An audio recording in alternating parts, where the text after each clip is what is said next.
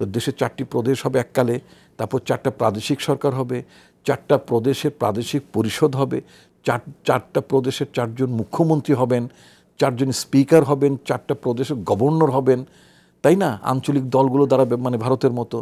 তারপর আমরা সেগুলো মানে পারমুটেশন সিনথেসিস এগুলো দেখব, দেখার পরে তারপর আমরা মনে করব যে হ্যাঁ এটা চলতে পারে। তারপর একটা জাতীয় নির্বাচন হবে, তারপরে হবে।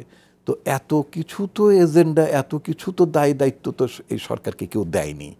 যদিও বলবেন যে না এটা তো মানে সরকার গ্রহণ করেনি, বাট আমি বলতে চাচ্ছি যে অনেকে এজেন্ডার বাইরে যেয়ে অনেক বেশি কথা বলছেন, হ্যাঁ, অনেক বেশি মানে বিয়ন্ড অফ দের ক্যাপাসিটি, এবং আমাদের যা প্রয়োজন নেই তার বাইরে যেও তারা কথা বলছেন, দেশকে একটা অস্থিতিশীল করার একটা চেষ্টা চলছে।